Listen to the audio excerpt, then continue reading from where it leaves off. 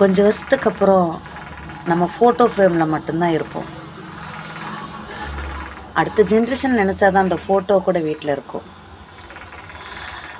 நம்ம பயன்படுத்திய பொருட்கள் எல்லாமே இல்லாமல் போயிருக்கும். நம்ம வாழ்ந்த வீட்டில் வேறு யாரும் இருப்பாங்க. நம்ம யாருன்னு கூட அடுத்த தலைமுறைக்கு தெரியாமல் போயிடும். நம்ம பழகிய இடங்கள், பழகிய மனிதர்கள், கடந்து வந்த சாலைகள், இது எல்லாமே மாறி போயிருக்கும். நிலை இல்லாத இந்த வாழ்க்கையில் நிலையானது எதுவுமே இல்லை. எதையும் கொண்டு வரல, எதையும் கொண்டு போக போகிறதில்ல. ஆனால் இந்த நிலையில்லாத இந்த வாழ்க்கையில் தான் எத்தனை போராட்டம், எத்தனை கோபங்கள், எத்தனை ஆக்ரோஷங்கள், எத்தனை அவமானங்கள், எத்தனை அழுகைகள். நிம்மதியை தேடி அலைஞ்சிக்கிட்டே இருக்கும். இதை உணர்ந்தோம்னா நம்ம யாருமே வருத்தப்பட மாட்டோம்ல.